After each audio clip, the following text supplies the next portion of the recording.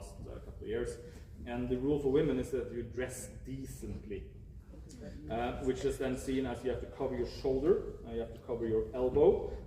If you have a dress or a skirt, the edge has to be on the knee. If it's below the knee, it's fine. If it's above the knee, then you have to add stockings. Blue jeans is never allowed. It doesn't matter how well dressed you are wearing blue jeans.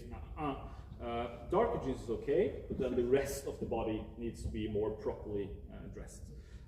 My favorite rule when it comes to the female members of parliament is the cleavage rule. Do you ever understand what I'm talking about now? Yeah. Between the movies. So there the parliament apparently has decided it will be a maximum of 12 centimeters of cleavage. What I like about this rule is that how did they get to 12? And I'm guessing that the first idea was 10, but then one guy probably said, "Oh, come on," and then it ended with 12.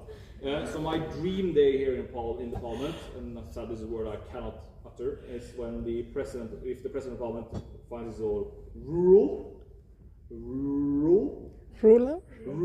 Yeah. rural, and he stands in the door and he measures. He's like, 15 centimeters. Back to the office with you. Haven't happened, sadly. There's also a zero tolerance for political clothing. And I mean a zero tolerance. So it's not like a pride armband in the pride colors. It's just as not allowed as a Nazi armband.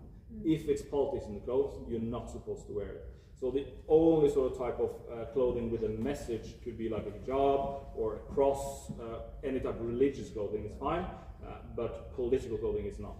They do use it though sometimes. So especially in the last 2 years, it's been the keffiyeh, the Palestinian scarf.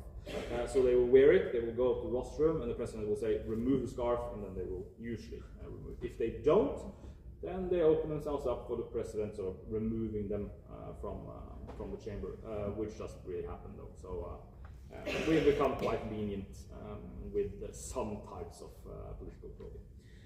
There's also a lot of words not allowed to use. It's called unparliamentary speech. We have a list of words. Last time I checked, it was 6 pages of words that are not allowed to be used in the chamber. And what I like about this list is that every word on the list has been used. So you can search it, and then you can look at the reports and say who said it and who was used again. There are a couple of English ones there, and I can translate some of them. It's like, "Oh my God," it's not allowed to say.